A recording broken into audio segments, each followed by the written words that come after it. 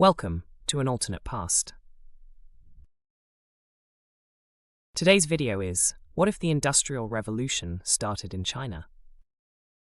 Imagine a world where the Industrial Revolution, a driving force behind modern civilization, began not in England, but in China. Such a shift could have drastically altered the course of history, reshaping global power, culture, and technology in unimaginable ways. The very fabric of daily life in the 18th and 19th centuries would have been different. Picture the grand cities of Beijing, Shanghai, and Guangzhou illuminated with electric lights, factories buzzing with activity, and railways crisscrossing the countryside, all hallmarks of industrialization, but placed in the heart of Asia.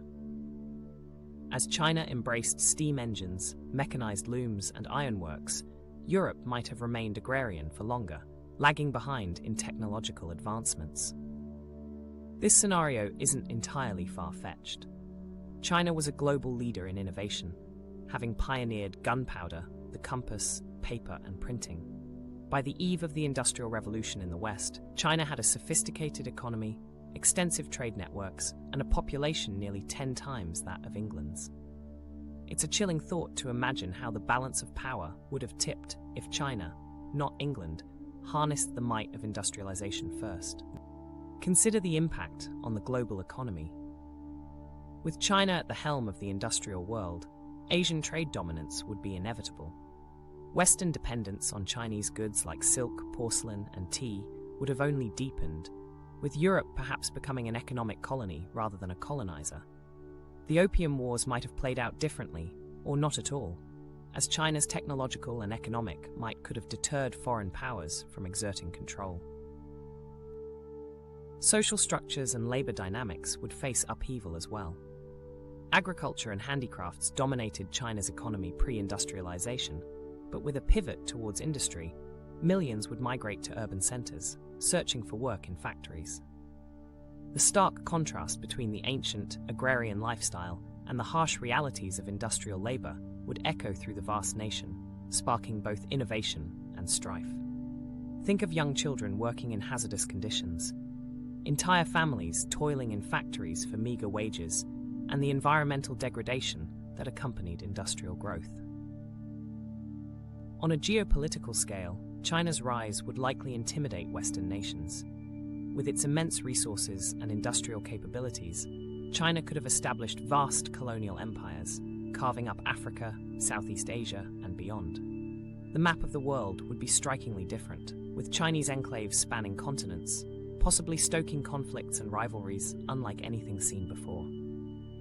Imagine Chinese military steamships dominating the high seas and the Great Wall, symbolizing not just historical strength, but industrial might. Cultural exchange would take on a different form. Instead of Western philosophies influencing the world, Confucian ideals and Chinese art could have spread widely. Chinese became the lingua franca of trade, science, and diplomacy. Western artists and scientists might have flocked to the bustling cities of China, seeking inspiration or patronage.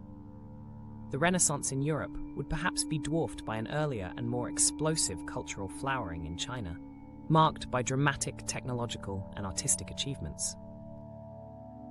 Think about transportation and communication networks. China's infrastructure would be vastly different, with high-speed trains and telegraph lines stretching from Mongolia to the South China Sea. The Silk Road might see a new industrialized revival, connecting China to Europe in unprecedented ways.